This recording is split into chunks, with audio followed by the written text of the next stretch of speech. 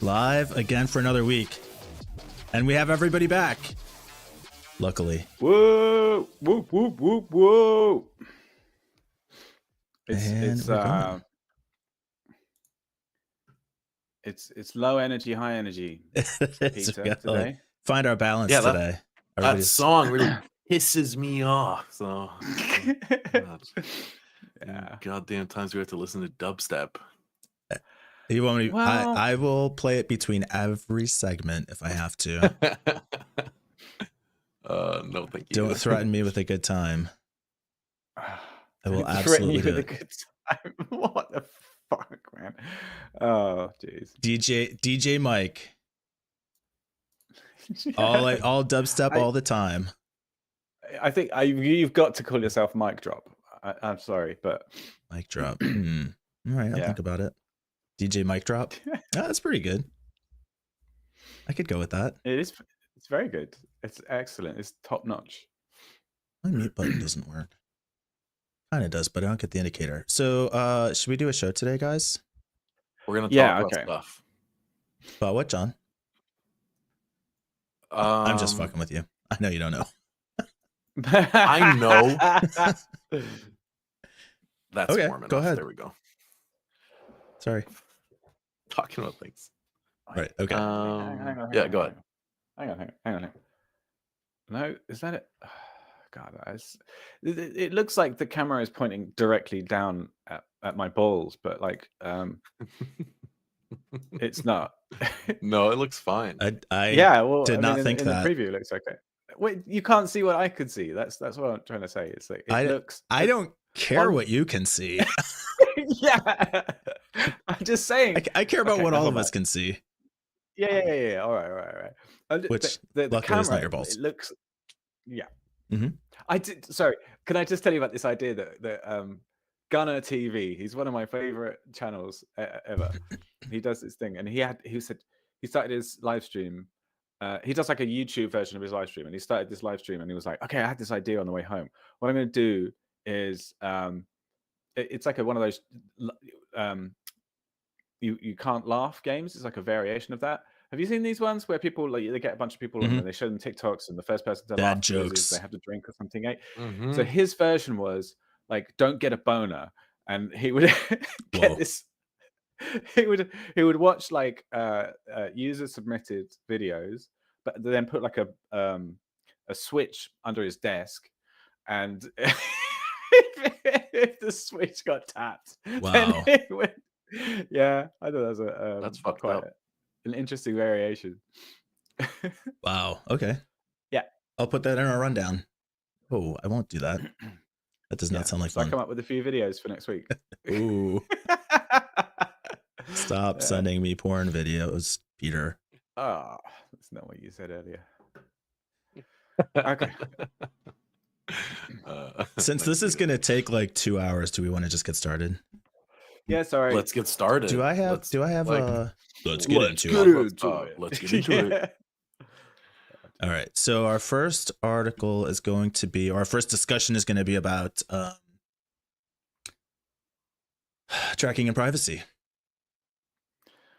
Awesome balls. Right. Peter's favorite topic. And did you look at the report I shared? We're not recording yet, but did you look at the report I shared? Me? I'm the one who shared it in the first place. I told the you actual about report. It. Did you look at the actual report? Yeah. Okay. Not all 90 pages of it or 40 pages of it or whatever, but I looked at some key figures and there's some super interesting bonkers stuff in it. Okay. Yeah. So we're gonna stick with the format. This format actually works super well. People who are watching, if anybody's with us on YouTube, sees not recording across the screen, even though we're streaming. But what we're doing is we're streaming the recording of our show. And so every week we get together for an hour and a half, 2 hours, record 5 segments for the week, edit them, upload them to just to be deployed, published throughout the week. And now we are recording this process. Forward troop movements, deploying our resources. I thought you were thinking code. Like I was going to say. It's deploy. Yeah, okay, sure, that works too. So our first segment's going to be about Facebook monitoring users, and then I also had related to that Facebook's new link history, which is a benefit really to you as a user. Can we swap so these two topics around? Can we swap those two around? Do the link history first. Yeah. Yeah. I was just showing you the 2 articles that I have queued up. Yes, but those are part of the same segment. Yes, I'll bring that one up first. Okay, thanks. Ready? So we're going to do the intro. Then I will play our little command prompt thing. Then we'll record. Then I'll play the dancing robot. All right, here we go. And I'm going to try and start the recording without pressing the kill button again. I did it. Yay. Way. If nobody's aware, Mike has, for the nth time, reshuffled his setup, and he told us about a new button that he has, which is it just kills everything. And my immediate reaction when he told us this was, well, that's fantastic, and I can't see anything that could possibly go wrong with that. And he said, no, it's fine. I put it in the middle of everything else, just so it's really convenient. I know exactly where it was. Since then, he has been at least twice, 3 times. Anyway, we're going to be talking about Facebook and data tracking and horrible companies and what they do with your data, and just a horrific study and all those kind of wonderful things in today's episode of the Not So Critical Update. Enjoy. Let's get into it.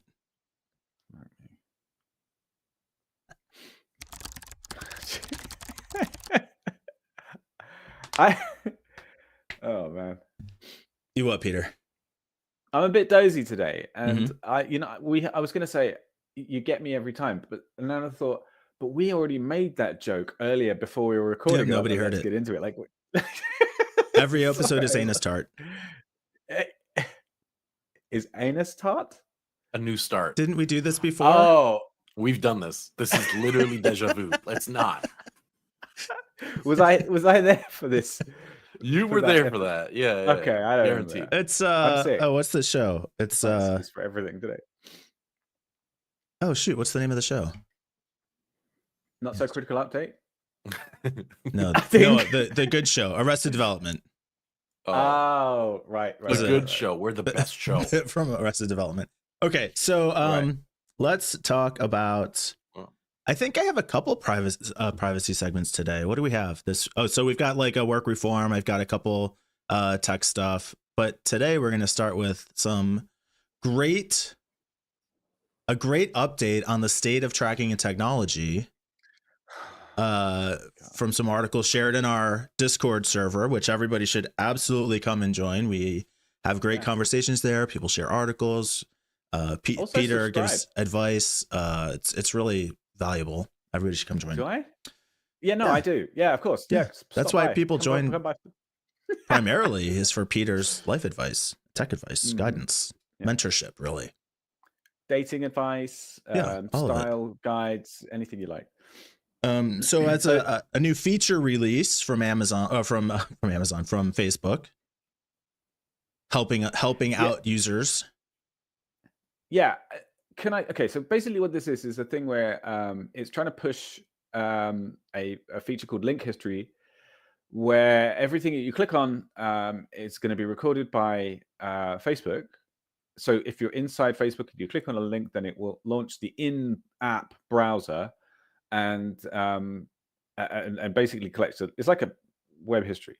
What I don't understand is that they already do that, right? That was kind of my assumption too, is like, how is this different than what they're already doing? Yeah, and I think that's what they even say here as well. They kind of go on. It's a bit of a confused press release. I don't really understand it. I think it might be some kind of preemptive, because they also talk about the fact that you can opt out of it as part of the thing. They push this link history thing. They try to get people to accept it, and then you have like a link history section inside your profile so that you can go and see what you've been looking at. Yeah. But I think it might be a preemptive sort of feature that will try and get around any legislation that they think might be incoming. Yeah. I think what's actually new is that it's a setting and they're giving you an opportunity to opt out. Because they clearly were already tracking all this, but now they're giving you the chance to turn it off. And it seems primarily related to the mobile app, the way they reference it, but I imagine the same thing ties to the desktop app. But yeah, I mean, that's their whole thing, is tracking everything you click. Why would they? It's not a new feature. I think the setting is what's new. Yeah. It doesn't sound like, I don't even know how this is news. Well, yeah, that's my point. Although, just as a clear reminder to anybody who is curious about this, do not allow Facebook to do this. There is no reason to allow them to track even more data about you. Why? Well, then they can present new links that you'll like because they now know what you like, Peter. Yes, so they can exactly. present you with even more disgustingly detailed and accurate future linking. Yeah, well, we'll talk about that, and then some examples to share personally, as a matter of fact. Oh, I'm sure you do, Mike. I'm sure. I do. So many good examples of Facebook tracking you and presenting good links. Yeah. The other thing we should note is that when okay, so this is actually common for a lot of different apps. That if you on the mobile, if you click a link inside an app, then it will try and launch an in-app browser, which is basically an embedded version of whatever browser you use. Yeah. So the problem with the embedded version is that they can inject all sorts of nasty things, and they don't respect the privacy controls that you might have set in your actual browser. So, for example, I have Brave set up on my mobile, and it's got like secure DNS and some other things, and those settings might not be the same in the in-app version. And Meta specifically injects a piece of JavaScript which monitors every single keystroke that you make inside the in-app browser. So regardless of what website you're on, they can monitor what you're typing. Just FYI. If they're monitoring what I type on the mobile phone, it's going to be a bunch of gibberish and autocorrect nonsense, because I am terrible with phone keyboards. Really? My fucking boomer thumbs don't know how to do it. Me too. Do you like one hand on the phone, one index finger, just like pretty much. My problem is that I try and type as fast as I do on a normal keyboard, and I just mess it up. Yeah. And I just but that's what autocorrect is for. So it's not good enough. No, it's terrible. We should do a W, like type racer just on the phone. Oh, jeez. See who's better. I think I topped out on regular type racer. I feel like I think I hit 102 words per minute once. Really? That's great. Fast. Oh yeah. But like once. What, on the mobile? No. Oh. That's crazy. I used to put 120 words per minute on my CV when I was 16, because I mean just that's desperate. A thing. Yeah, WPM. I was in my first IT job. They tested me for words per minute, and like as soon as they saw like in the middle of the test, they're like, "Oh, he hit like 70 or something." They're like, wow. "Okay, you can stop." I guess it's more so about like, do you type so slow that you're gonna take too long to do something? Yeah. All right. Okay. Anyway, Mike, back to this. Did you have something to say about this, Mike? No, it was kind of a lead into this bigger story about a study from Consumer Reports that actually was a really interesting study, where they looked at using the tools Facebook makes available to download your history and what they know about you. They got 700 some people to do that and send them the results, and they analyzed them, and it was fascinating. I think it was a couple of thousand people, wasn't it? Or was it only 700? What did they say in the here? I have the entire study here. They probably summarized it in the, what did they say? For some reason, I thought it was like 780 or 800. 709 volunteers. Okay. Hang on a second. Maybe I'm getting confused, because that was the number I was thinking that were targeted by just one. Oh, it was around 700 companies maybe that just targeted one. Anyway, this was published on the Markup and ConsumerReports.org. Both the co-published on both places. And they both link to the full report, which is what? Have you got that up right now? No. Yeah, I have the full report here. That's less interesting to look at, but Yeah, here's the full Consumer Reports PDF. 27 pages. 27 pages. Oh, I thought it was longer. I just saw the scroll bar shrink on the side and was like, okay. Yeah, so there was some fascinating statistics in this. One, there was something like 90,000 companies, I think, total. Hang on, let me get report up, actually. Sorry. So when you download from Facebook, what do you know about me? It gives you a list of people who are tracking, list of companies who are using your tracking information for advertising. And when they had the 700 people send in their exports from Facebook, they saw about 200,000 companies who had sent data about them to the social to Facebook. On average, each person was tracked by about 2,200 companies. Oh my God. And you know, some were over 7,000. And then they had some additional statistics on like how many people showed up on everybody's network. So like the number one was LiveRamp, where like 90% of the people showed up as being shared. Just to be clear, this is Facebook getting data from those companies. So when you do I think it goes both ways. Oh, was really? Well, so I downloaded my report. This is me from Facebook.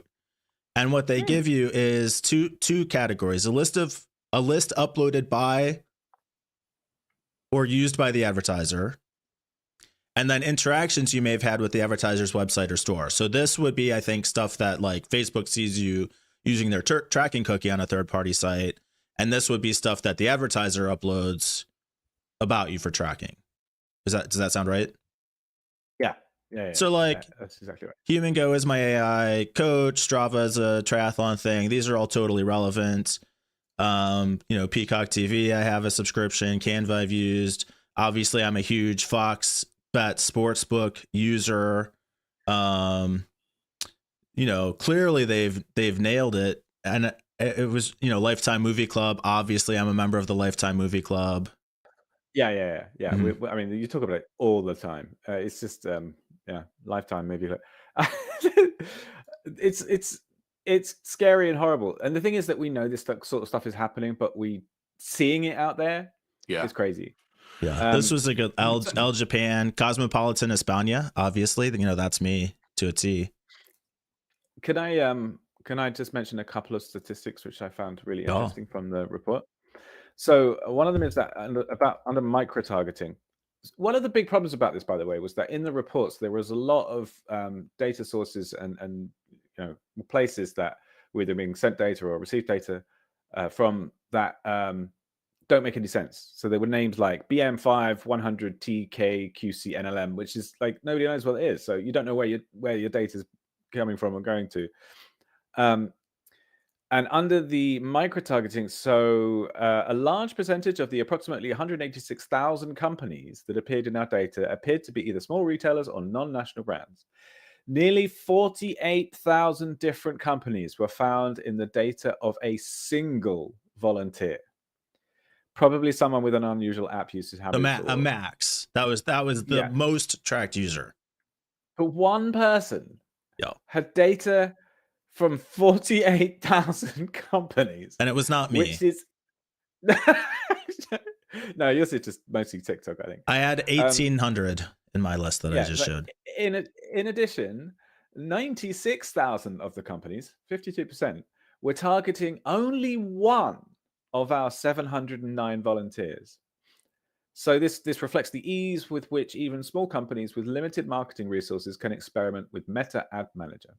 So it's companies with a small ad budget were basically spending a small amount of money to target a very small niche of people. Okay. And so I guess Facebook only pulled data on that person about a specific thing, like, I don't know, your Lifetime movies subscription, But that's targeting of the 700 people. That's a very extremely small sample size of all Facebook users for that a specific advertiser could be targeting. Yeah, no, it is a small sample size, and it wasn't demographically or geographically adjusted or anything like that. So there's a lot of like, it's not a proper scientific study, but it is quite incredible that these, Oh, for sure. yeah, it's sort of bonkers, really. But that 48,000. I mean, how can one person have their data at 40? It's just, I don't know. It's just crazy. Someone who just runs around the internet stream. I would love this free report. Of course, I'll opt in for this. There's an average of 2,000 companies, like per person. Like this is crazy. And mine was 1,800, and I don't use Facebook. I log in like once a month to see if Facebook anybody uses messaged me. You. I guess I don't. Yeah, sure. Shit. And another bad thing that I should point out about this, and this is something I've been banging on about for years, although not so much recently, is a lot of this data comes from stuff which you just can't prevent. It's server to server tracking. So it's data when you go to I don't know, Cosmo.com to look at the latest fashion, as you know I do. It records data about what I've been looking at, and then it sends it to, the Cosmo servers send it to LiveRamp or whatever, and then LiveRamp share it with someone else, or Cosmo, because they're probably big enough, send it directly to Facebook. And there's nothing you can do to prevent that. Right. You've clicked OK. You've clicked. You've accepted the terms and conditions. You know, there is nothing you can do. It's Cosmo's data, and they're able to sell it. Yeah. I had deactivated my Facebook account, but then I had to go back because I work with some group that uses it, and it's really that's the network effect, right? Like that's how we get looped in. Yeah. It's horrible, disgusting, and there's nothing we can do about it. Although, sorry, just one last thing. There is something we can do about it, and the EU is doing it. It's legislation. Yeah, that's the only thing we can do. Yeah. So, go Europe. Wow. All right. Let's see how Mike thinks about it. Jeez.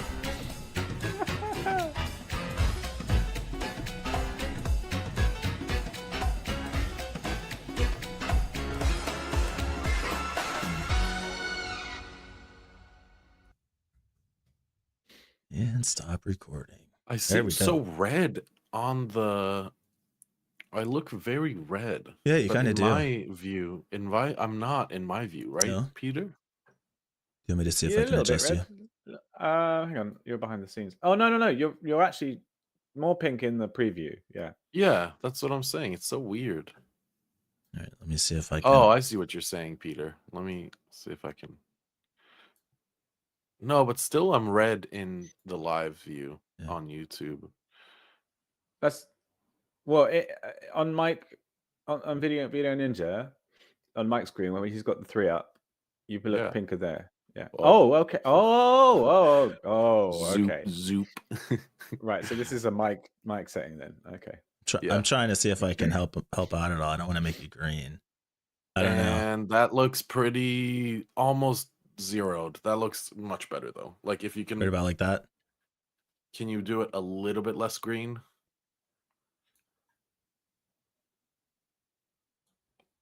That looks almost perfect. Yeah. Okay, cool. Yeah. So that setting will be there next week. Hope everybody enjoys watching us do video cleanup on the fly. Well, it's kind of behind the scenes. You know? I know. Okay, so work reform. Yes. You guys ready? Go on. You're not excited to talk about work reform again, Peter? No, I am. It's just fucking recording, man. Oh, we started. Sorry. We're doing the intro now. I didn't see that. Already did. Okay, right. Oh, oops. So do you want to start with so I've got 2 stories. One will infuriate you, and one will give you a glimmer of hope that I will dash. I think there's the Elon Musk one. Is that the first Guess which one that is? And the story about that remote working isn't affecting productivity. Yeah. Oh, let me start the timer here since I didn't do that last time. Yes. Oh yeah. Thanks. You More should bitsy. start it. More Go BTS. ahead. So remote work doesn't seem to affect productivity, a Fed studies finds. Yeah. Would you like to Neither gloat, posi- Peter? No, because I know what you're gonna do. Is like you're gonna assume that I assume that it Mhm. means a negative Oh, you effect think on it's positive? productivity. I read the article. I did actually think it was. I did think I was going to be like, "See, told you so," but actually, no. It's saying it didn't affect it either way, plus or minus. And they measured Yeah. the productivity levels in different industries, adjusted for like post 2020 effects, and it was basically the same. Yeah. So, Yeah. which is great, which is absolutely wonderful, I think, because it And means you make your conclusion. There's another piece of good news out of it. well, it's good because it means that people working at home are anybody who thinks that people working at home is bad, they're wrong, probably. But on the other hand, all the people are going like, "Yeah, remote working is the solution to everything." I was also wrong. I think the conclusion I got was that the benefits that people get that obviously are going to make them happier from working at home doesn't make them more productive, which puzzles me a bit. But whatever. So Having a better a life big doesn't make your employees. And a big it only push. talked about productivity benefits. It didn't talk about whether you were happier or you But that's what I know, mean. any of the other That's what I'm saying. potential positive impacts. Being a happier human being doesn't make you more productive at work. Well, it didn't say it made you happier either. Well, I think we can assume that much, can't we? Like, if you want to work at home and I you want are to see a working at home, study. then Okay, all right. so a Maybe, big yeah. problem, a huge Fair problem actually that we're seeing. Like, can you guys hear me? Because No, Yeah, sorry. sorry. Okay. Peter, All right. what were you Just talking saying over about the Shut up, Mike. God. A big problem, a huge problem actually that we're seeing is that local businesses in metropolitan areas are taking a hit and closing shop because there isn't enough foot traffic during usual rush hour lunches like there was pre-COVID. So Yeah. these Okay. businesses endured COVID and then they were like, oh, good, everything's going to go back to normal now. Nothing went back to normal. And now you have mayors of major metros like coming at these companies being like, you have to bring your workers here because Oh, the yeah. city is losing too much money. And it's Panicking. funny because the only person who's punished there is the fucking worker, right? Like the workers are currently saving a bunch of money by staying at home. They're cooking more. They're not going out for $8 coffees, right? They're not having to pay as much gas or maintenance or like tickets for the metro or whatever. And the only people who would benefit, it's definitely not the companies. This proves that the companies do not benefit from this. The only people who benefit is the city, right? So city officials through taxes and the businesses. That kind of sucks that like, wow, you really got shafted here, but like tough. That's just tough for you. That's the only thing I have to add is like sorry, but like not really. We're staying home. Yeah. From the employee's Yeah. perspective, that's true. But we are all going to feel pain when the commercial real estate bubble collapses. Yeah. Because mean, they agree. will not just swallow that cost without No. passing it through. That's not a reason to go do No. it. I'm just saying a lot of people are going to be It's affected. gonna be, yeah, and I think that there's a ticking time bomb with these leases, right? Like Yes. most companies haven't gone out of their leases. If yeah. anything, they've like subletted or they're just like paying it off and or paying the penalty, making that company more money. Eventually, time's gonna run out. Major multi-million dollar leases are going to run out, and Mike is right. Like we do not know what the effects are, and I suspect. Oh, prediction time. I suspect it will be between 2025 to 2026 is when we're going to start hearing about this seriously. Because people signed 5-year leases in like end of 2019 and into 2020, right? For 5 years of business. COVID occurred, and some are still on the hook for that lease, and we're gonna see what happens. It's gonna be really Except for interesting. Facebook, who paid what was it, 70 million? I forget X Yeah. million get out of their 12-year lease. Well- So, Mike, I like the fact that you said that the bubble is going to burst earlier. Mhm. I think there's no debate about whether we're actually in a bubble at the moment. Well, so maybe bubble's not the right term, just that the status quo I think of it is. commercial real There's gonna estate be a was that correction. these buildings were previously, well, I mean, these buildings were previously not even full. Now they're straight up empty. From the article, they talk about how before COVID, only 5% of work was done remotely. At the peak of COVID, 60% of work days were done remotely. And now it's settled into about 30 days of paid work days are being done remotely, which I actually thought was 30 days. 30% of paid days, 30%. Yeah. Which I can't decide if I think that was high or low. I guess. I think that's low. Yeah, I thought Yeah, I thought that was maybe a little. but it's high, across all sectors, so it's including like retail and everything like that. Sure, right? and service, just the entire service industry. Yeah, so yeah. like that obviously is lowering the number, but I would want to know what white collar, what the white collar percent is. Meaning, for those who don't know, that is Yeah, like your finance, your tech, anything that is like office oriented is considered like white collar. So I would really like to know what the actual percentages of remote work for white collars in 2023. Yeah. So- also, should point out, this is just for the US. I know the mic doesn't give a shit. But I'm not sure what that distinction means, but this article also, I think, is worth pointing out, comes from the San Francisco. The research comes from the San Francisco Fed, which is no like liberal pro labor rights organization. So to Peter's point, it is a fairly balanced study. I think you could probably, trust what they're saying. I did recently find out. Sorry, Peter. I did recently find out that there's like something called U.S. defaultism, where like some people really hate it. What is it? It is the assumption that we're talking about America, as opposed to what? Nothing, Mike. Yeah. Okay. Not So what's the problem then? Yeah, that's what I'm saying. Why are you having problems with this? Right. It's like the rest of the world doesn't live in America.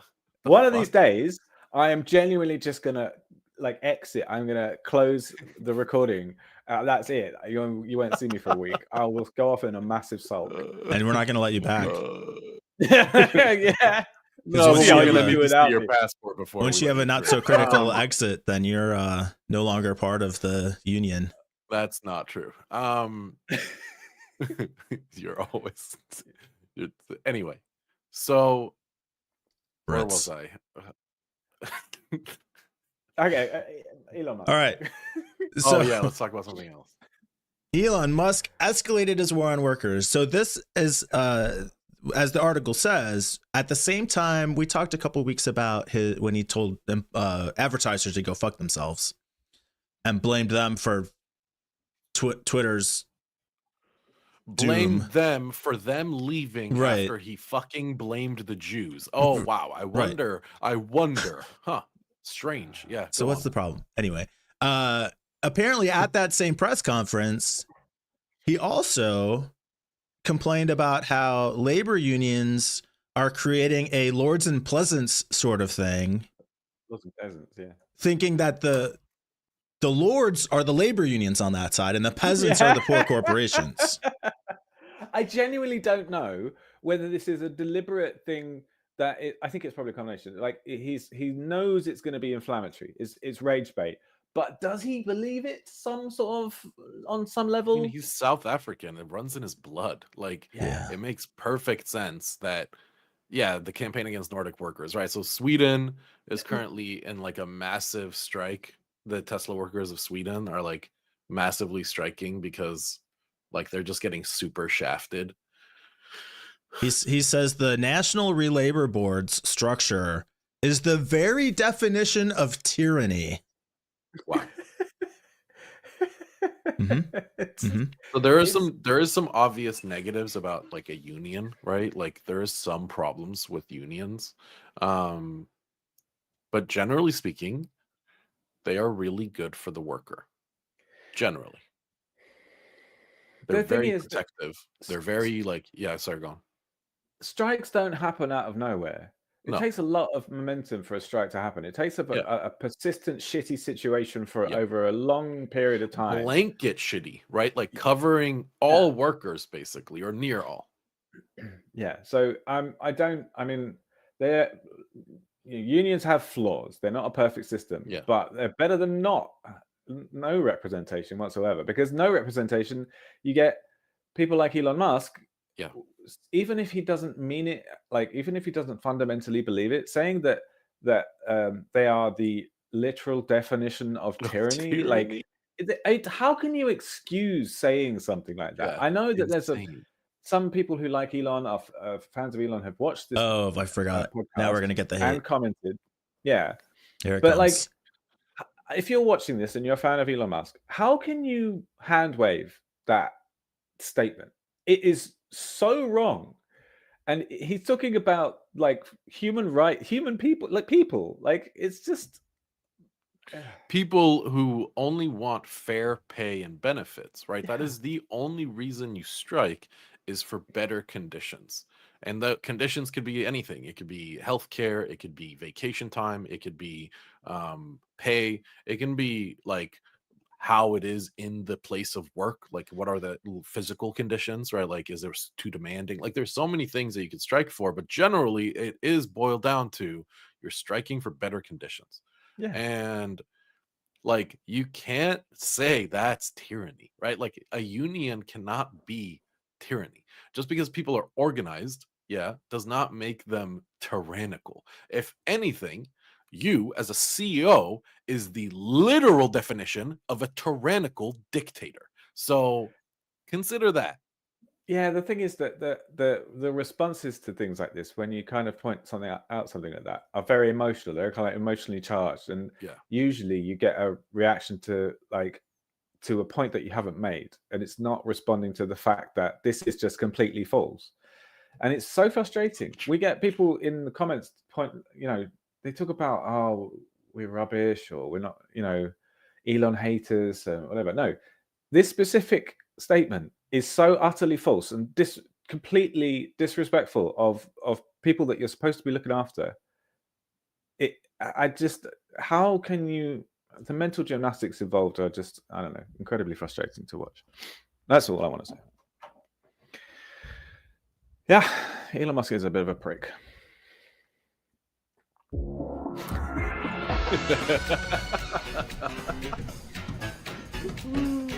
What else is there to say?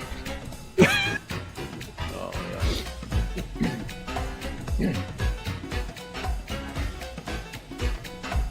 I'll have to come up with an appropriately baity thumbnail for that. Oh yeah, definitely. But am I wrong? I mean, I feel like No. CEOs are the literal definition of tyrannical dictators. They can fire you on a whim and ruin your livelihood on a whim, What- right? Like, Yeah. and that is how most corporations are set up, especially in America. Like, you have some person at the helm of the ship who controls everything. And yes, there are some safeguards in place, right? Like, you can't really fire me for being a certain race or gender or have for my religious belief, but that doesn't mean it doesn't happen all the time in practice. Like, it is, I think, so fucking ironic that Elon of all people said that shit.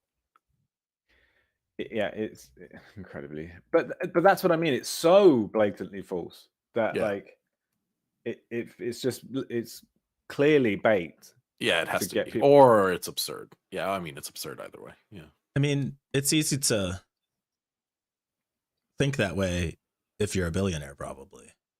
right. Yeah. Of course. You're seeing X amount of money lost because you have to fucking pay these unions what they demand, or you lose 50, 100, 200,000 workers. Like, yeah, sorry, that sucks for you, but like, that's just how it's going to be. Oh no, I've only got 20 billion left. Right. Oh, what am I gonna do? What am I on earth? What am I gonna do? Oh my goodness. All right, want to talk about AI fads and trends? Sure. Yeah. And CES actually is what I want to talk about.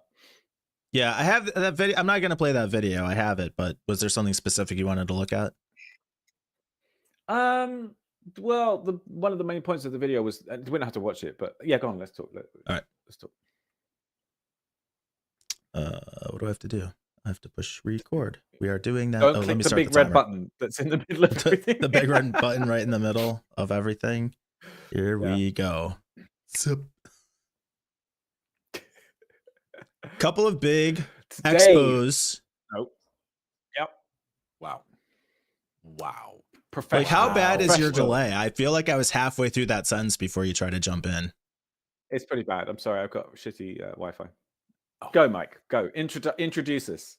A lot of the big expos have started kicking off for the year. We had CES 2024 recently. The National Retail Foundation's big show recently happened, and the belle of the ball is AI, going to solve all our problems, make all our dreams come true. We'll be living in the fairy rainbow land that we've all dreamed of. I love it. I love it so much.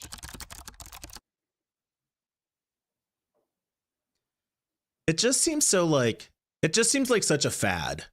Like now, like John's been saying for a while, if you want to raise VC money, just put AI in front of your name. And that's basically, I think, what everything is coming to right now. Of course. Right, okay. Of course. But this is exactly the same thing that happened with the internet. You remember the dot-com bubble, the dot-com boom? Mm-hmm.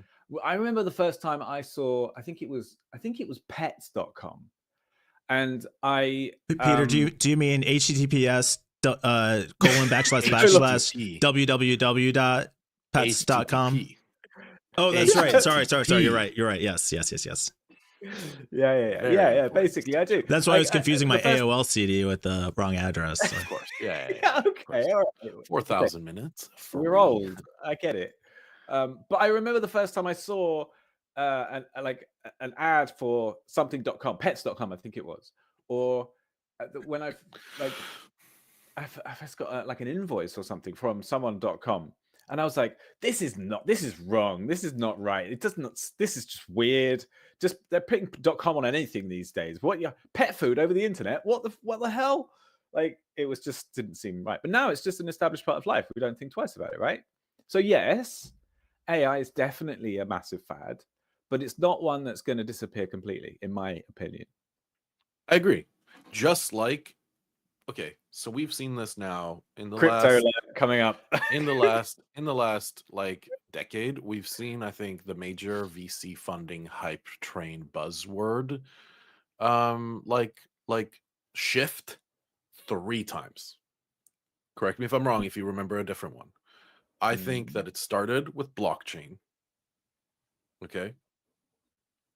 It went into the metaverse. And now we're in AI.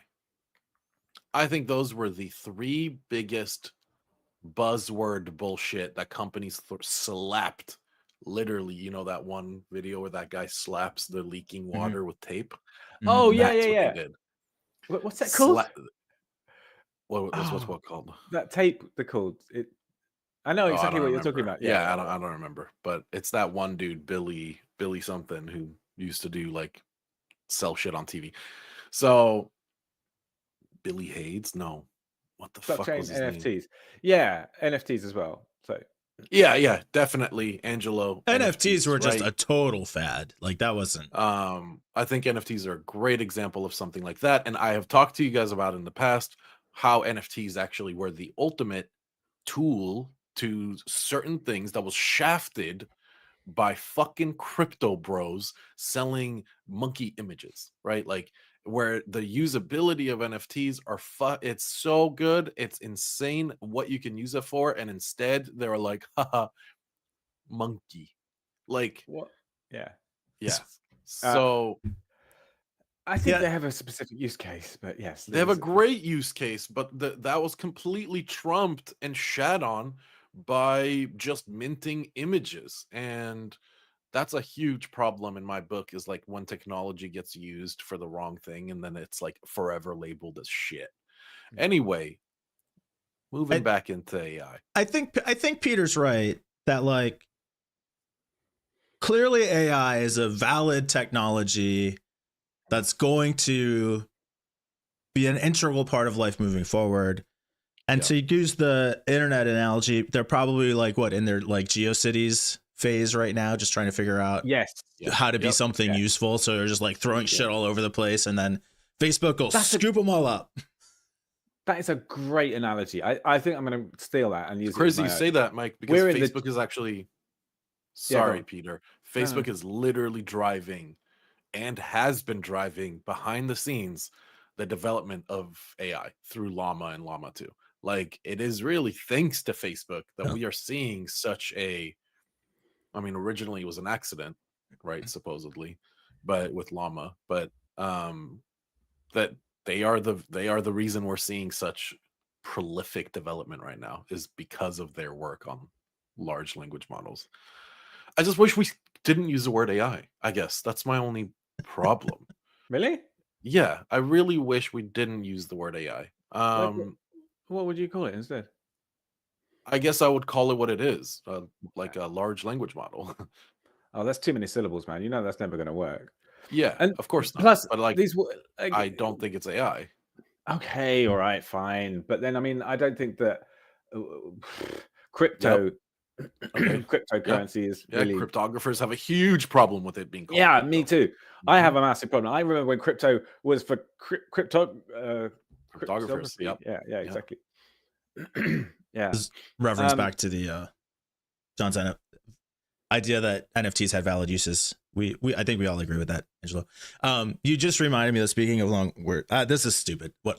So I was at the gym in the locker room after swimming, and these two muscle heads come in, and we're talking about whatever, and the one used the word athleticism, and the other said, "Whoa, whoa, whoa! Don't use those long words with me." And the guy who said it replied, "I know I shouldn't use 2-syllable words in front of you. Sorry."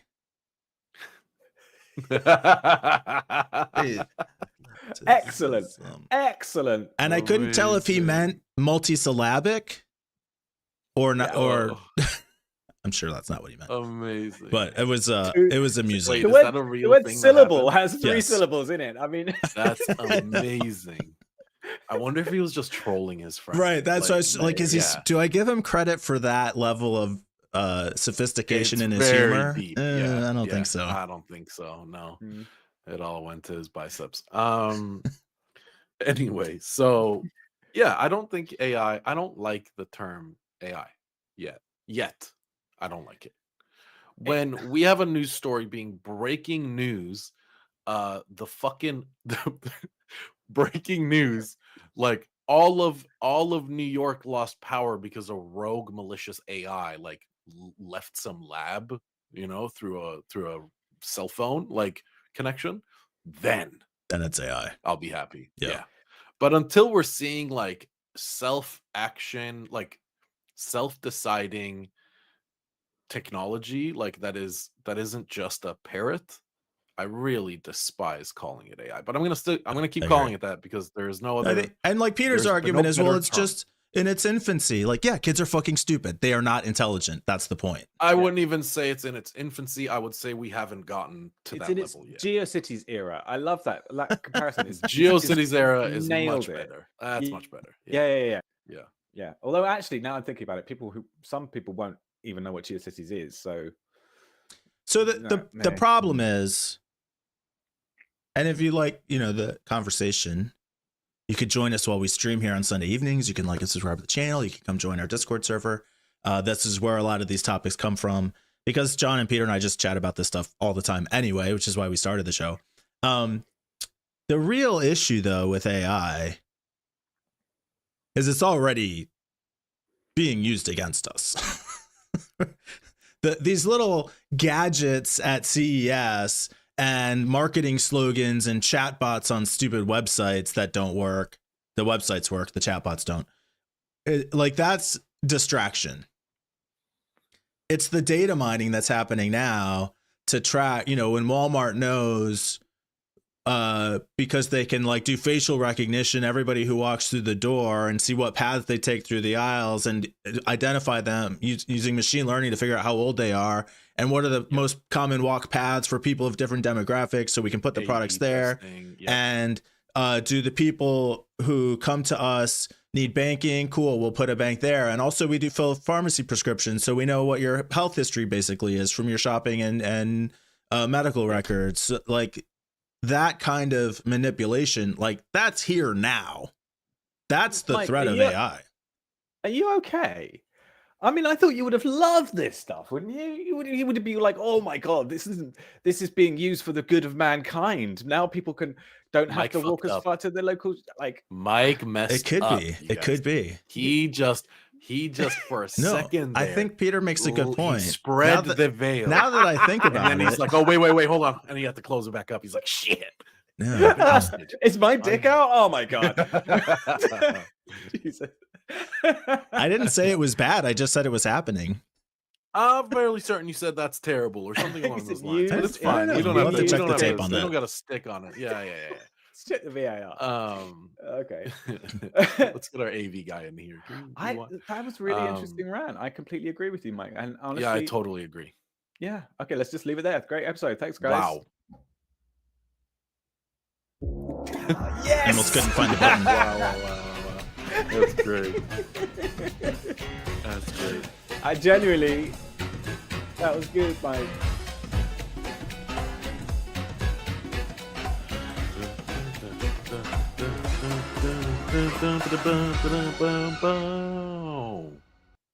All right, I will stop the recording.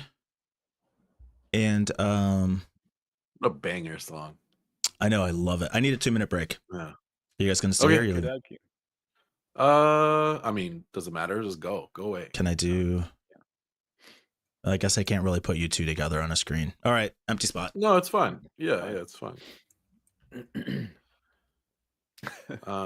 Just us now. Yeah. What are we gonna No do? Daddy Mike. Oh my god, what do we do? I wish there was some way you could, like, I don't know, remote into his desktop and set his background up as Yeah. I don't know, something rude. Oh, someone at my first job, the boss would, if you didn't lock your station when you left, he would set like this computer's been seized by the FBI. I actually got That's that like, in an office the other day. I left my laptop unlocked and went to the toilet and came back, and there was a post-it note on it that had someone had written "hacked" on it. So one company I worked at, right? They had the most, and this wasn't like official policy, but the most aggressive form of like teaching workstation security that I've ever seen. Hell We yeah. had. Do you know Lemon Party? Have you ever heard of Lemon Party? It rings a bell. Yeah, it's basically a picture of a bunch of old guys having an orgy, and if you go to that website.org, Yeah. then that's the image you get. And we basically, if you left your machine, your workstation unlocked for like milliseconds, someone will come along and do it. And it got to be, we had like, it escalated, right? Yeah. We started off with I don't think we should put this in a recording. So it started off as like just backgrounds and things, and then it got to like, it would be your homepage, your new tab page. So you wouldn't see it until you actually open a new page. Then it would be like your login page. Smart. They wouldn't until you restarted. Then we got to the point where we would like, I don't know, we got to the point where we had a scoreboard on a whiteboard, like how many times it had happened to you. There was one guy for Secret Santa. He got a mug and a mouse mat printed on it. That was one way we got it. Oh my god. We got it. So I think one time I modified some code on the test server to redirect all requests that came in to that From website. a machine. Wow, Yeah. amazing. And there was one girl in the office who was we just couldn't get her at all. Yeah. And eventually we managed to.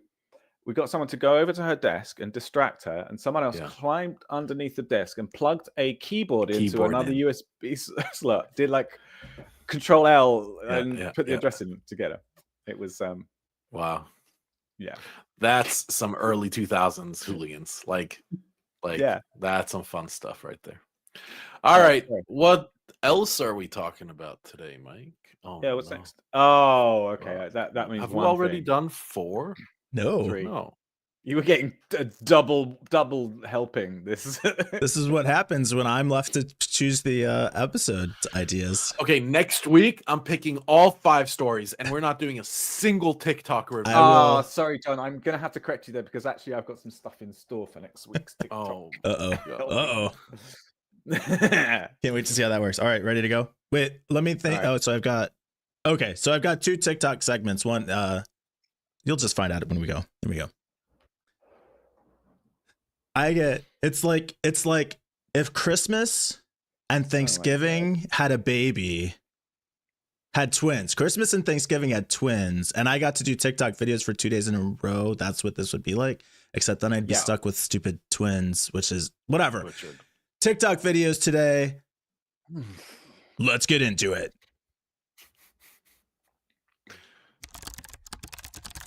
I do.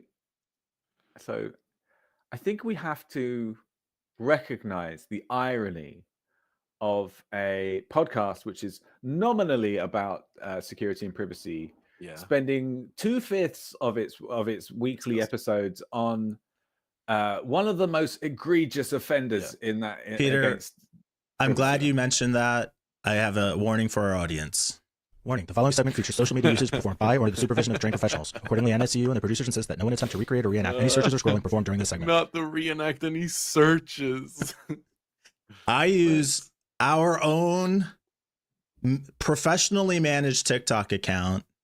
Tainted. Tracked by security professionals to bring only the best content. Wow. Oh my God. I also curate TikTok at night for my wife and send her like little cute couples TikToks and stuff. So hey, my wife does that too, but like most of the time it's like really good videos. So I know it's not this. I know, right? Wait, what do you mean? These are good. Right. Okay, right. so actually today you're in luck. So today I picked some TikTok videos with IT security or privacy tips that we're going to watch and say if we like the tips or we don't like the tips or if we have anything to add. That's fun. Okay. All right. That's okay. All right. So let's try this. Here's the first one. Okay. Or not. Apparently I have to reload everything again. What?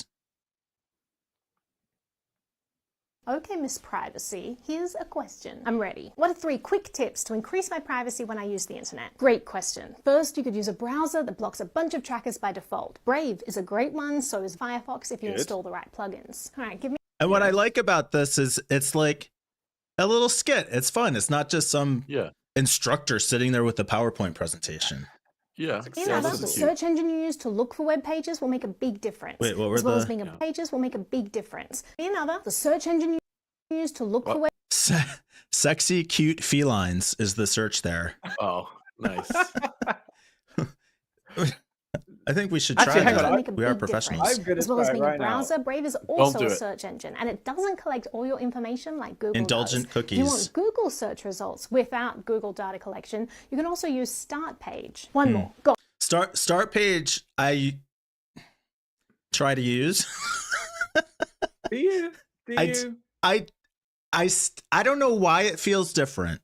Because theoretically, it's just Google search results stripped of all the cookies and tracking.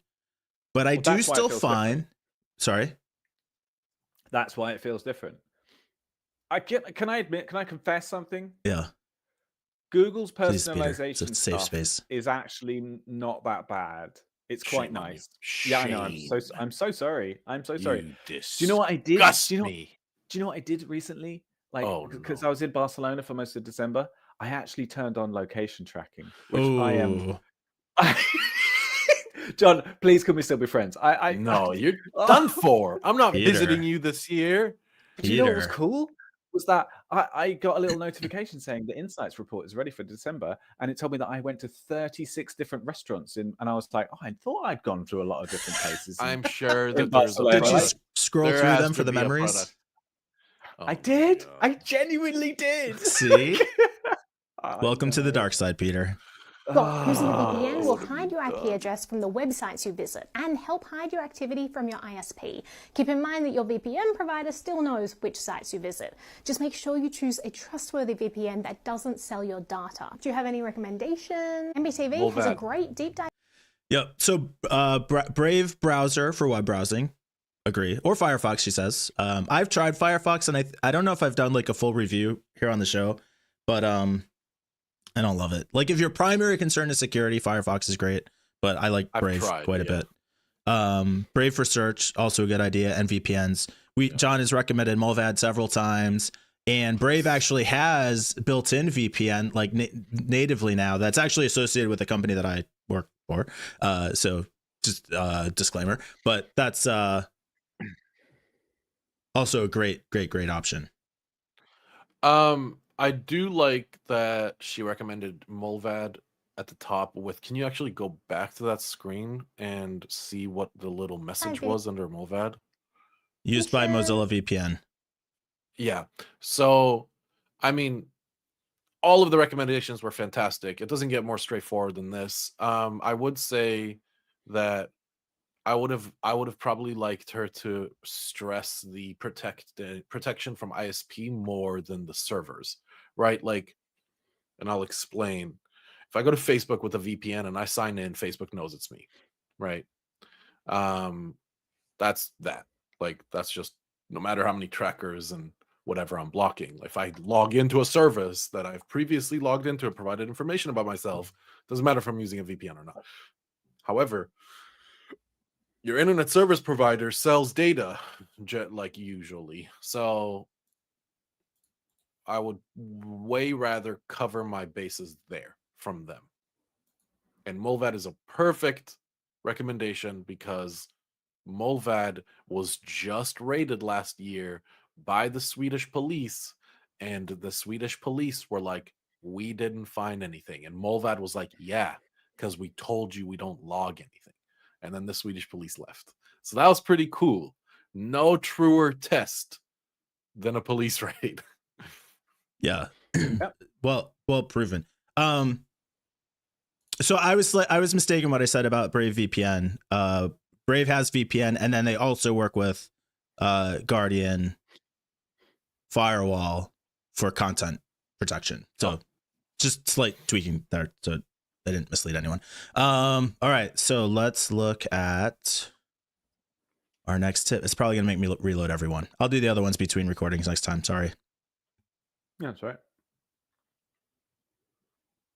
Here's how to remove your Gmail address from unwanted websites. First, go to your Google account. Click on Manage Your Google Account. Click Security tab. Scroll down and find third-party apps and services. Click on See All Connections. Next, find the website you want to remove. Click on it and hit Delete All Connections, and you're done. Follow for more security tips. This is a difficult one to watch for me because, like, it simplifies it into the TikTok format. So it could be accessible to the TikTok brain, and it misses out so much. I think overall, it's probably a good thing, but like, you're not removing your Gmail account from other servers. You're not like it. I feel like there's a strong danger of having a full sense of security after doing this. Like, I mean, you should do this. I don't know if you should audit it at depends. least. Not just disconnect everything, go. but you should be aware of what's connected. When you link a Gmail account to a service, they can ask for as many permissions as they basically want, right? Like, it can be real bad. I don't know about nowadays, it's probably a little bit better, but like back in the day, some services would be like, we want to read your fucking emails. Like, huh? Yeah. What? So yes, you should check it, but understand what it is you're checking, right? Like, if you used LinkedIn to sign in, like if you signed in to LinkedIn using the Google integration, okay, like whatever. But if you use some sketchy third-party PDF editor that is asking for all permissions Google is allowed or has allowed them to ask for, that's a problem. Yeah, for sure. So that was my iffy on the delivery, but like, I guess the idea is good. I didn't like how AI generated it was, though. Hello, tech enthusiasts. Prepare yourselves as we dive into essential strategies to bolster your internet privacy. Initiating our journey, let's take on passwords. They need to be sturdy and unique for each account you possess. Avoid usual phrases and instead construct a passphrase that is easy for you to remember but tough for others to guess. Progressing to our next tip. I know, it's terrible. Like, this is the problem with so IT asleep. advice. I am Like, asleep, bro. The information's important. Get it out there. But How security many views guys, has this got? IT guys. Yeah, that's what I want to know. How many views does this have? Let's see here. Because the thing is that this could be good for an audience of like, I don't know, your age range, Mike. Comments. Does it 0 show? likes. Does it show? I don't see any viewers. No, but it ain't much. Code Craze Clips. Um, Oh, he's got 2 followers, 11 likes. Sorry, Code Craze Clips. Here's a couple of views for you. This sounds So- AI. I was one of your generated, likes. no, I think that's a real person. How did I It's just find this? I like very- went to TikTok and searched IT advice, and this came up. Yeah, Why are they giving me this so- shit content for?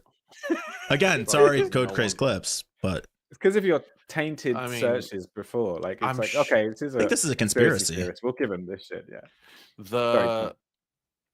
The advice is sound. The delivery is Yep. fucking terrible. I am asleep. I know. Speed it up. Make it less monotone. 1985. Like, Yeah. please, just give it some life, or no one's gonna watch, and we're just failing as a industry. And that's why I loaded this one, because like there are well-meaning people. We've talked about this even on this show. Yes. It's an important message to get out. People just haven't received it, and they're not going to if it's a bunch of fucking dorks talking to the camera like they're fucking lecturing college students. Fuck, is that us? Is that what we do? Are we the dorks? Don't think Lecturing about it too college- much. Anyway. All right. 4 tips to protect your privacy online. Tip 1. Use a strong password. Weak passwords are like leaving your front door wide open for hackers. Fast, Always use strong, moving, unique like passwords it. for each of your Yep. accounts. Tip 2. Two-factor authentication. generated Enable kind of two-factor standard. authentication on your accounts. This means you'll need to provide a second verification method, like a code sent to your phone, to access your account. Tip 3. VPN. A VPN encrypts your internet connection, making No, it this is difficult rubbish. for anyone Nope. to spy on your online Nope, activities. rubbish. Wrong. Tip 4. Regular updates. Always keep your software and apps. So people shouldn't use VPNs? It's People- content bait. They're just slamming together a lot of like vaguely sounding useful. Every advice. single tip is almost good. Yeah, it's Almost good how? It's It's up AI to date. generated.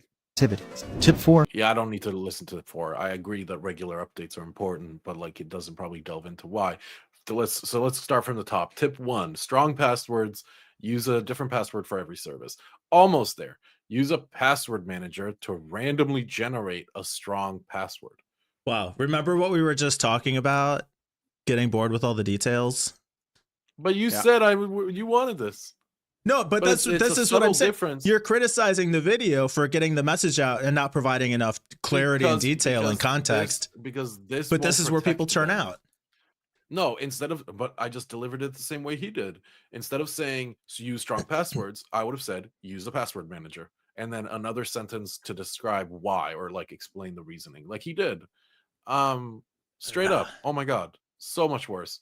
And then the second thing was 2FA doesn't tell us to send to your phone, right? Like that a code that can be sent to you. Wrong. Again, you're so close. But you said any form of 2FA, which is incorrect. Some forms of 2FA are legitimately worse for your security, like SMS based. Yeah. And then use a SMS VPN is that worse encrypts than your not traffic. using 2FA.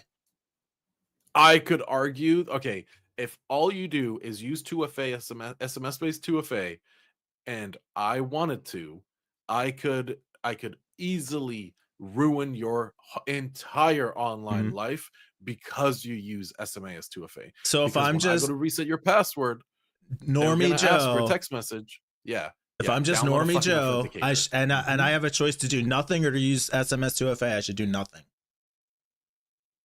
I mean, yeah, I feel like it gives a false sense of security. How easy it is to SIM swap. Wow. Yes, it is that bad. It is that bad. All right. Like it is not good. Probably up for debate on if you should or if one is better than the other. But like, Yeah. I can if okay, I a disagree. strong random password is probably better than a weak shitty password and SMS 2FA, in my opinion. I think the equivalent would be something like having a really shitty lock on your front door. In that if that you can pick with like a biro or something like that. Having it there is marginally better than not having it there, because it's a lock. It's some additional. It might put people off who are just casual, but it's not really. It does make you think that you're more secure than you actually are. So yeah, Okay. SMS2FA. So I'll There's no slow link to down click. and I'll explain why it is bad. Okay, that's totally fine. I'm just responding to Angelo. So Angelo said, I'm a noob in cybersecurity. SMS2FA isn't just a code. Like, there's no link to click. Why is that bad? So let's take a break from this for a second and I'll explain my reasoning here. So in America, it's been historically terrible. There's been a historically terrible security practice made by all of these phone companies. So wow, I butchered that sentence. There's basically no security verifications when we're talking about big cellular companies like Verizon, AT&T, T-Mobile, etc. Because I can call, and this has been proven time and time again, I can call them and say, hey, my name is Mike, and I am in a real bind, and I lost my phone. I have a new phone, and I need you to activate the SIM card I have for my old number. And they're going to say, okay, Mike, well, we just need some things to verify that you're actually you. And you're going to say, listen, you don't understand. It's an emergency. I need this done now. Okay. I'm talking to some $15 an hour rep on the phone. They don't actually give a shit. So eventually I convinced them to skip some verifications and do the SIM swap. I now owned that phone. Now when I go do a password reset on a service, they're going to say, okay, we sent you a text message to verify it's you. I'm the one receiving the text message. I'm the one getting the SMS2FA. This is why generally we recommend to steer clear of SMS2FA. It's because it's grossly easy to take someone's account over from a cell provider. So much so that people are being arrested working at these cell providers because they are organized, like legit organized crime, resetting SMS for money, John, or resetting SIMs for money. Yeah. If you're targeting me, that's definitely true. But if we're talking about how to just generally protect your account from breached password databases online, it is a layer of protection that gets in the way. They're not going to download a million cracked passwords and start SIM hacking in mass everybody they come across. It's not scalable. Is that what you think? I think there's other issues as well with SMS verification. There's things like when a site is hacked, like a bank or something like that, or you click a phishing link from like you get sent a phish, you click a link, it appears to come from your bank, you click the link, then it's too easy to spoof an SMS to you that appears to if it came from your bank. So you're logging into the actual place. True. So you can make it look, basically SMS is not in a very secure method for 2FA. There are much more secure ones. I got you, Mike. Here you go. There's different examples. I just downloaded a million passwords. Okay. I downloaded a million passwords. I'm going to put my black hat on. I've downloaded a million passwords from a breached database that's fresh, super fresh. Okay. Yeah. I now start enumerating. I've automated this process, so I don't do anything. It's all script. And I start enumerating through the username and password to target a bank, let's say Wells Fargo or Bank of America. So it'll take some time because you don't want to be rate limited and you'll have to jump through a bunch of hoops of like protecting the IPs that you're using because eventually you'll get blacklisted, right? So, okay, I start firing through this list. And every time I get what is it? Is it 301 is the HTTP code? What, is it 401 or 301? Redirect to the next page, to the 2FA. 301. Right. So every time I hit a 301, my little script says check. Okay. I get a list of, let's say, 1,000 user accounts where I have been able to get to the next step to their SMS verification, because that's like the only thing banks use. And then I start hammering the phone services, trying to get them to SIM swap over and over again. And every time I get in, I'm going to empty someone's bank account. This literally is this is happening every single day in America and beyond. I'm not kidding. Like, I'm seeing articles about my $170,000 life savings gone, and Chase isn't helping me. Yeah, I still would say forcing you to take that extra step is better for me. It's a false sense of security. I'm sorry. I don't. It's better for you to have to take that extra step than for me to just let you log in with no challenge. No, because I said it in the beginning. If I have a unique, secure, randomly generated password that is safer than a shitty same use password plus SMS 2FA, hands down. But I agree with Mike's point that having 2FA, even if it's SMS, means that for all the people who are inevitably going to have shitty passwords, there is that extra layer. And it might be that it stops people just logging into their account without their knowledge. You know, if I'm not trying to log into my account and I get a 2FA SMS verification thingy, I will ignore it. And it means that anybody who's got the password list and cracked my password because it's 123 or Hunter 2 or whatever, that they won't be able to do that. So I think it does help. It's just not very good. That's all. And the thing is, why would you use it when there's so much better options available? And it's because it was the default for a very long time. That's just how people did it. They shouldn't do it anymore for various different reasons. You're right, Mike. It's better than nothing, but still shit. And you're going to you're going to see later that I already ended the show right after Peter said, I think Mike was right. I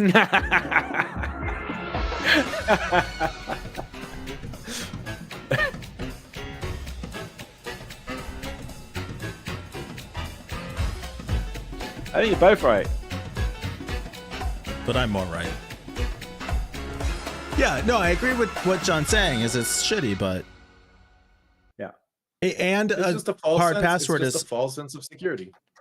Maybe it is. If we're talking specifically about shitty passwords plus SMS, I think that people feel way too.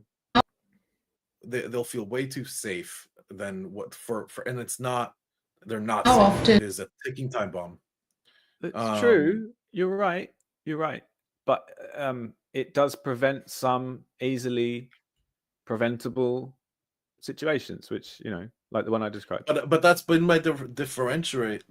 That's been the diff that I've been making all along, is that we have shitty passwords plus 2FA, we have strong passwords plus 2FA, all SMS based, In and case we you have guys no 2FA plus strong password. Well, Like one. I mean, there are one other is ways better. Sorry. I'm just saying that, like, if these are the four scenarios, right? Shitty password, no 2FA. A lot. Good password, no 2FA. And then with 2FA and without 2FA, on top of, or with 2FA on top of those two things. Yes, there is the there is the best one, which is strong unique password plus SMS 2FA is the best. But if you have a shitty password and no 2FA, of course, that's terrible. Add 2FA. Yeah. I think that's 100% in agreement. Yeah. But if you're using a password manager and you're generating random passwords for every service, I mean, it doesn't even matter at that point. Like, kind of. I think there's other ways that passwords could be compromised as well. It could be shitty security on the 100%. Of course, I agree. It could be over the wire. It could be keys. It could be an intercept, man in the middle attack. You know, there's a lot of other things that can have other ways your password can get compromised. Yeah, definitely. But yeah, I think basically everybody's right, and there's just a lot to it that is like, we should just get off SMS. It shouldn't even be offered. It's crazy that it's still offered by banks. It drives me bananas. Yeah. All right. We do our final segment. Yes. All right.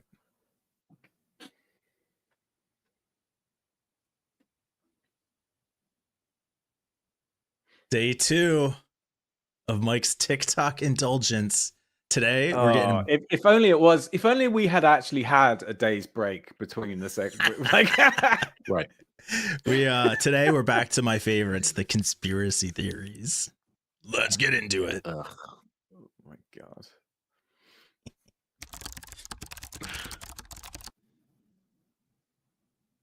So these were fun, and I didn't find 10. I found 4. Oh, thank God. I am really curious because I actually wanted in the selection that I'm compiling for next week. I think I maybe have enough for 2 segments, John. Yeah. Nice. Yeah. Oh, okay. I'm gonna be sick. My goal is for this just to be the entire show. Well, okay. So I actually have a section for a type, a genre of conspiracy theorists. Oh, nice. And I think, okay, again, I mentioned Gunner TV again, but I really love his "Is it satire" thing. He does this thing where he puts and he gets people to guess whether it's satire or not. And I really think that I could come up with a decent selection, and a lot of them are conspiracy. Yeah. Anyway, all right. Well, I'm going to challenge you today, and we'll see. But everybody needs to keep in mind we are trained professionals. Warning, the following segment features social media usage performed by or the supervision of trained professionals. Accordingly, NSCU and the producers insist that no one attempt to recreate or reenact any searches or scrolling performed during this segment. Okay, I think that's been on the Did screen we long lose enough you, now. Mike? Wow, you really kept it on there. Oh, you really want people to read that whole Like and message. subscribe to see that like for longer. What do you mean? It just played the video. I don't understand what you're saying. Yeah, it's fine. Go ahead. You heard it, right? No, we just saw the not so critical update warning. You didn't hear the voice? I'll have to check on that. We just Yeah. There's narration to it. I'll have to fix that. I'll have to make sure you can hear that. No, dude, we didn't see a video. We didn't hear anything. We saw the warning that you made. Yes, there's narration to the warning. Narration. Oh, I thought you were talking about narration to the TikTok. Yeah. All right. Did you narrate it? Look, just you guys keep the whole show going. I'll find the recording and redo it right now. Oh God's sake. God. Okay, this is just for fun. Have you heard about this Roman Empire thing? This meme. Yeah. How often do you think about the Roman Empire? How often do I think about it? Yeah. I don't know. I guess technically like every day. Do you think about the Roman Empire ever? Yeah, I guess sometimes. How often? I don't know. Once a week. How do you not think about the Roman Empire? Basically. How many times, like a week, or just how many times in general, do you think about the Roman Empire? Serious question. What about the Roman Empire? Just anything about it. What about it? Probably not a lot. Why? Not a lot. When was the last time you thought about it? Maybe a week or two ago. What? The Roman Empire. Have you seen this, Peter? Yeah, I have, and I don't get it. I just don't get it. Do you ever think about the Roman Empire? No, I don't. Never? Ever think Because my wife asked me. I didn't know. I hadn't seen this. She asked me. I'm like, I don't know, every couple times a month, every couple of weeks, and she's like, why? Why do you think about it? Like they have good battle strategies and interesting philosophies. Exactly like these guys are saying. I'm not playing along. I'm not playing this game. I'm sorry. Mike, I'm by the refusing. way, Kevin Defk said that they heard the disclaimer, so it was live on the stream. Oh, okay. Yeah, good. Excellent. Yeah, so it was recorded. Okay. What? How do people watching on YouTube get a better experience than we do? That's than not we fair. do, right? Yeah, Peter, this guy. Everybody watching on YouTube gets a better experience than we do. Okay. What were you saying, John? I'm not playing. I mean, I think about the Roman Empire like it's a fairly rare thing to think about them, I'd say. Fairly rare. But they definitely like, I mean, I think it's important to consider like how they Jesus did. Christ. Right. I mean, there's a reason Inventions, why they're battle so plans. like biblically important, you know. Yeah. So like historically speaking, I mean, the Romans, we can thank them for where we are today. I know, right? Oh, I know. The Empire was a very big part of history. So how often do you think about it? Not a lot. How often? Once every month? Maybe 3 or 4 times a month. You think about the Roman Empire once a week. It has a lot of big like stories and lessons like, within the Roman Empire of what to do and what not to do. So yeah. So you think about the Roman Empire once a week? Sometimes, yeah. Probably. That's probably about right. Not I don't want to do it. Babe, how often do you think about the Roman Empire? I don't know, every couple days. Yeah, every couple You days. kidding See? me? There's one. Do you think Oh, this about guy. the Roman Empire? A lot. What does SPQR mean? Really? I don't know. Yeah. Like, how often? At least once a day. Seriously? Absolutely. You're so excited that she asked. Yeah. Eric, how often do you think about the Roman Empire? Yeah. Once every 7 hours. What do you think about? Are you recording me? No, Then why are you asking me about how often I think about the Roman Empire? because I'm curious. I feel like it's something you think about. This last guy's the How best. often do you think about the Greek amount. Empire? Never. Really? Well, They invented democracy. Greek I myth. think about them quite a bit. Oh yeah, actually, that's a good point. Yeah. Yeah. Yeah. And like Greek mythology, certainly. Yeah. Yeah. Yeah, I think about them. How often do you think about the Roman Empire? Never. Why?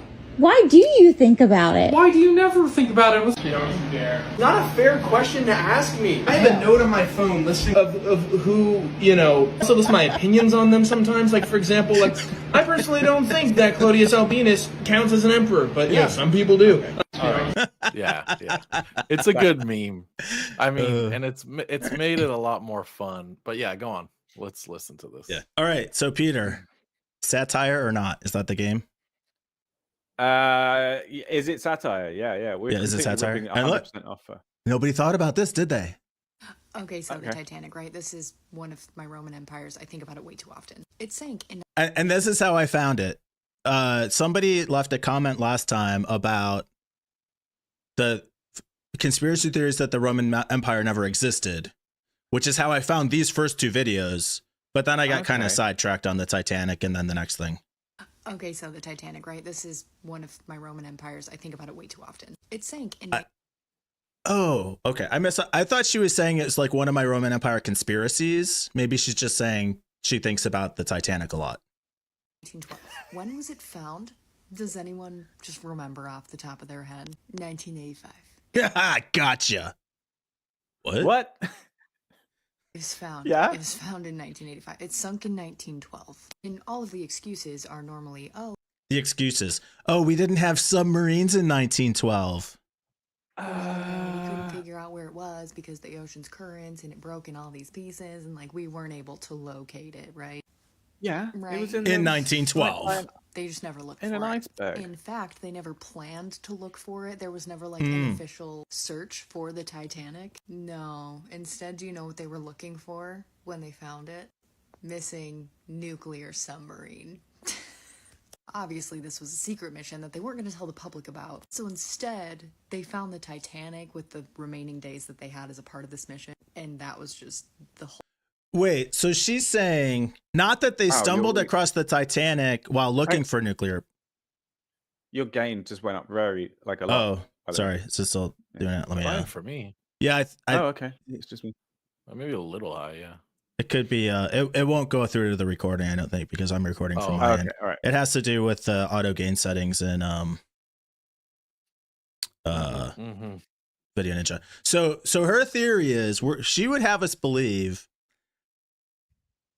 that because the Navy didn't want to tell us about their search for nuclear lost warheads, lost nuclear submarines, not that they stumbled across the Titanic while they were looking for them, but that they found them, and then to explain the mission, they took extra time to go find the Titanic. They were just holding that one in their hip pocket for 60, 70 years. Whole mission. Apparently. No, they were looking. Here's the thing that I don't get about a lot of these conspiracy theories. There's a couple of bits that are missing from most of the theories. First of all, why? Like, what is the point of the government withholding this information? She'll get to like, that. What are they doing? UFOs, any like the moon landing? I don't know, the pyramids. I don't get it. Second thing is that a lot of these are like they require massive amounts of international organization between governments, which in my experience is pretty difficult to organize. Right. And like I just don't see that happening a lot of the time. So anyway, yeah, carry on. Go on. She'll get to the nuclear submarine. So, like, why would they not want to find the Titanic? Why wouldn't they want to do for, that? Like 70 years. I wonder if it has anything to do with the fact that the Titanic wasn't the boat that sank. They would not ever want to uncover insurance fraud or anything like that. That would just be too risky for the U.S. government to uncover about, you know, one of their top banking companies. And besides, all of that is conspiracy anyway, right? Right? I don't think, I think that's real, not satire. I love the just smugness dripping off of her. Yes. Yeah. She is so confidently incorrect. It's fucking crazy. It's that last line that really convinced me that she's not being she's being right. Oh, it's terrible. Terrible. Okay, so all right, let's go. Then let's I thought, well, power let's hear through. more about the Titanic. In case you guys didn't But this is where things got really interesting. know by now, I love history. Or shall I say, I love decoding history. I'm gonna start this video off with a quote from the author George Orwell. Who controls the past controls the future. Who controls the present controls the past. Keep that in mind. I'm pretty According to you, George Orwell said Keep that that in in mind. 1984. Trying to control the past. sure we've all seen this wonderful flick. I'll never let go, Jack. But what if this shit was not even true? Here's a newspaper talking about the Titanic and saying the What, the passengers have movie? been transferred. It is probable that all of the passengers on the Titanic are safe. While badly damaged, the Titanic is still afloat. What? I thought it sunk. So I guess when it comes to history, you'll never really fucking know what the fuck happened unless you were fucking there. Which brings me to my next. Why didn't they just get on the internet and see what the Titanic was broadcasting on Starlink and have up to the minute reports instead of relying on sailors returning from sea weeks after the fact? My next topic of the lost empire of Tartaria. As you can see, it's Tartaria. depicted. I think there needs to be a new category in the not satire, and people who are like pretending that they actually believe it, if you know what I mean. Like for views, Right, for and like- content. yeah, for views, right. So Yeah, I don't. Think isn't that I guess that's not satire. So like Birds Yeah, Aren't it's Real not is for comedic satire. Flying Spaghetti Yeah. Monster is satire. Yeah, These people But could saying- be like batshit crazy, or they could just be in it Or for the they could traffic. be, and they're inflaming the public, right? Like because they are baiting people into believing. yeah, Yeah. yeah. So Or that's what I think susceptible this to is. it, yeah. I think Alright. she's just putting this on for But the first one you think is a true believer. I think so. That last Yeah, line of her she's so smug. definitely- That was really Which brings me to my next topic of the lost empire of Tartaria. Is Tartaria anything either of you heard of? No. There was an But they did allusion to discover- it Mm. in our last segment. It'll look As familiar. you can see, it's depicted in many old maps. They even Is had there their gonna own be a text? flag. Look, there's America.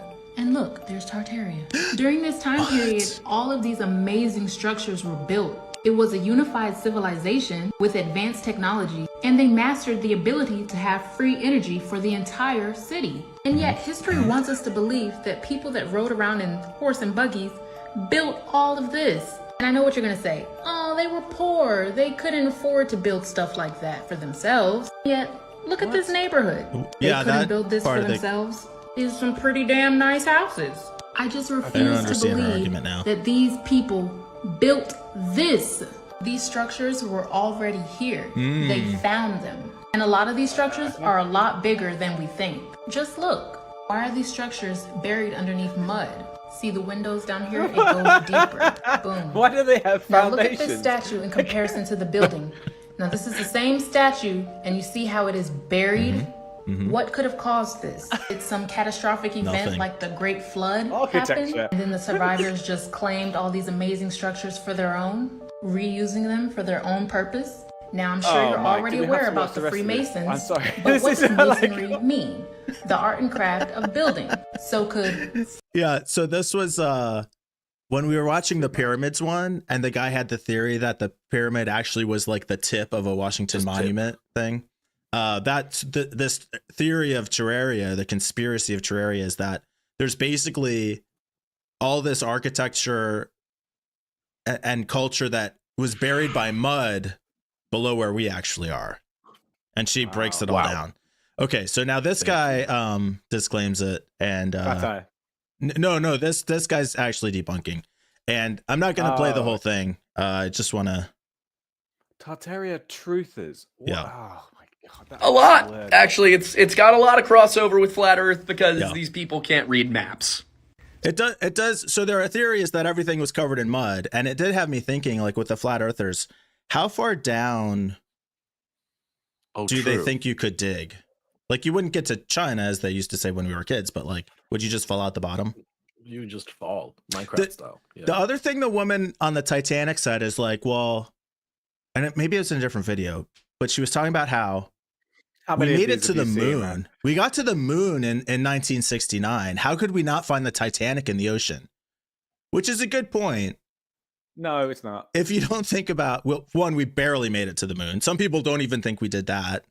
The Titanic is tiny, and the Pacific Ocean is actually 5 times wider than the moon. Yeah. So we could get to this giant thing in the sky, or we could find this teeny tiny thing in a space 5.5 times larger than that. These people are crazy. So they'll look at a 16th century planisphere and go, oh, well, in the 16th century, they thought that the Earth was flat. And it's like, no, you just don't know how to read maps. It's the same reason they think that Tartary existed in the first place. It's because on old maps, the region of Asia, north of China and east of European Russia, is referred to often as Tartary. Why is that? Well, because the nomadic horsemen who actually inhabited those lands were known as Tatars by the Persians. So I played this one to prove how boring the debunking is. Yeah. And that's why these don't get any more traction.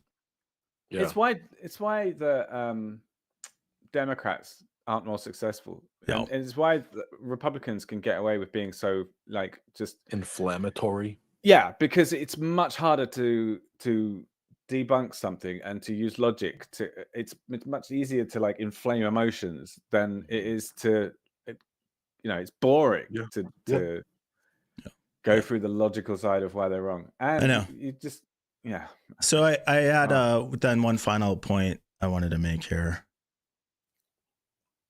Why is that? Well, because the nomadic horsemen who actually inhabited those lands were known as Tatars by the Persians. Yeah. So in my own research, looking into this a little bit further, I found that that at the time, the small children of the Tatars were actually referred to as Tatar tots. Nice. Good one. Very good. Yeah. Very good. Really set us up there. Oh. Okay.